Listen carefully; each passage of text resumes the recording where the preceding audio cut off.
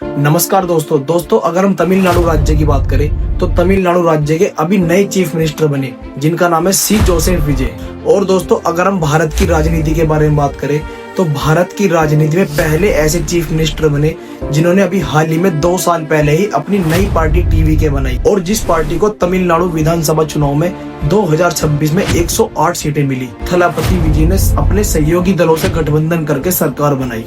लेकिन दोस्तों आप लोगों ने उनके पूरे चुनावी प्रचार में उनके हाथ में पेरियार और अंबेडकर की फोटो देखी होगी, क्योंकि दोस्तों बिना बाबा साहेब अंबेडकर के आप भारत में राजनीति नहीं कर सकते, यही शाश्वत सत्य है। और दोस्तों अगर हम भारतीय इतिहास की बात करें तो भारतीय इतिहास में जिसने बाबा साहब की विचारधारा को अपनाया है वह व्यक्ति चीफ मिनिस्टर से लेकर प्राइम मिनिस्टर तक बना है। दोस्तों अगर हम तमिलनाडु की राजनीति की बात करें तो तमिलनाडु की राजनीति में यह पल सिर्फ सत्ता परिवर्तन के लिए नहीं बल्कि अंबेडकर और पेरियार की सोच और विचारधारा के नए दौर की शुरुआत है। क्योंकि दोस्तों चुनाव से ठीक पहले बीजेपी के कुछ नेताओं ने थलापति विजय को 80 सीटों पर चुनाव लड़ने के लिए कहा और उनको डिप्टी सीएम बनाने का ऑफर दिया था। लेकिन दोस्तों थलापति विजय ने उनके इस ऑफर को ठुकराकर कहा कि हमारी पार्टी बाबा साहब अंबेडकर और पेरियार की विचारधारा से बनी है, हम हिंदू मुस्लिम की राजनीति नहीं करते। और उन्होंने कहा कि मैं राजनीति में पावर के लिए नहीं बल्कि उनके फ्यूचर और हक के लिए आया हूँ। सोचिए दोस्तों जो लोग मंदिर और मस्जिद के नाम पर वोट लेते हैं, दक्षिण भारत में सबसे ज्यादा मंदिर होने के बाद भी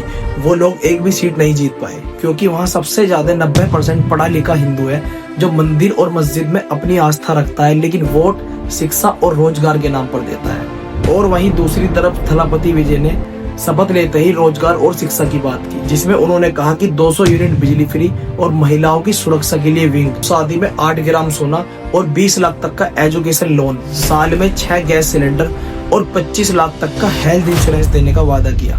धन्यवाद।